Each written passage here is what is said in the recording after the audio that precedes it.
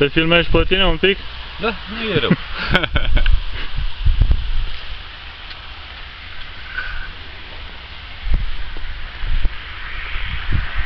E frumos, bă, și ca așezare, și ca plecare. Tu știi ce... O să mă doară sufletul când o să trebuiască să scot via asta de aici? E. Dar nu o scot, nu pe toată, dacă e. Numai... În prima fază, da, un pic din ea, nu toată. E păcat Că să scoți din... e cu muncă, e cu... Da. Și e frumos, e verdeață, e... Nu, e mai pământ aici. Dar și utilajele, poți să le bagi printre vie. Care-i problema, nu deranjează. Că nu e vie să crească mare, înțelegi? Vie micuț. Trebuie o bucată de teren să fie piatră sau în timp poate betonată.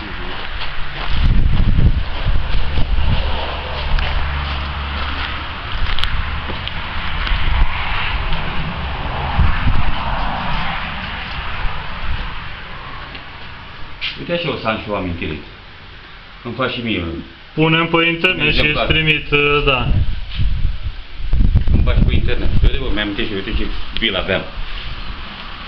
La Ograda. Dar las că îți faci alta mai frumoasă. Mai aproape de capitală mai trebuie. Păi da. La Ograda.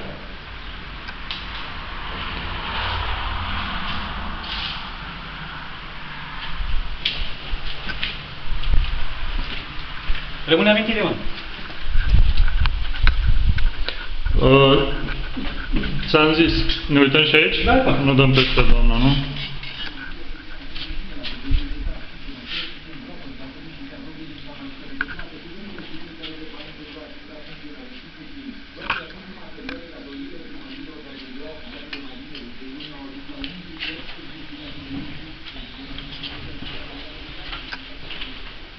Baia?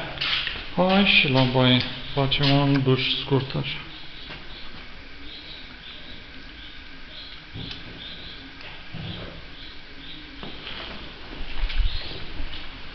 Hai în parte. Imediat.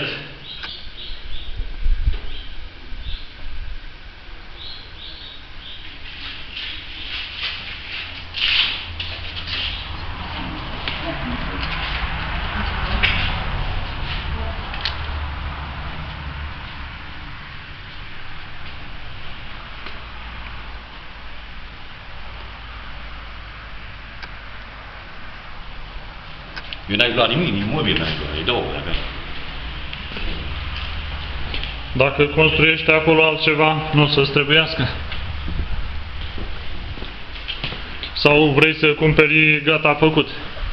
Cumpărat, da, și totul e o familie, da, A, mobilă? da.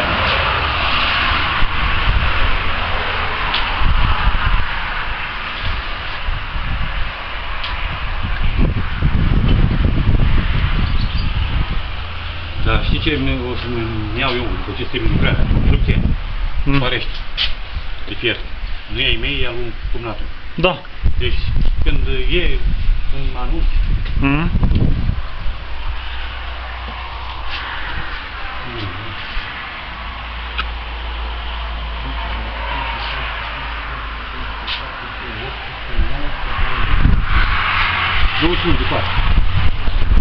Da.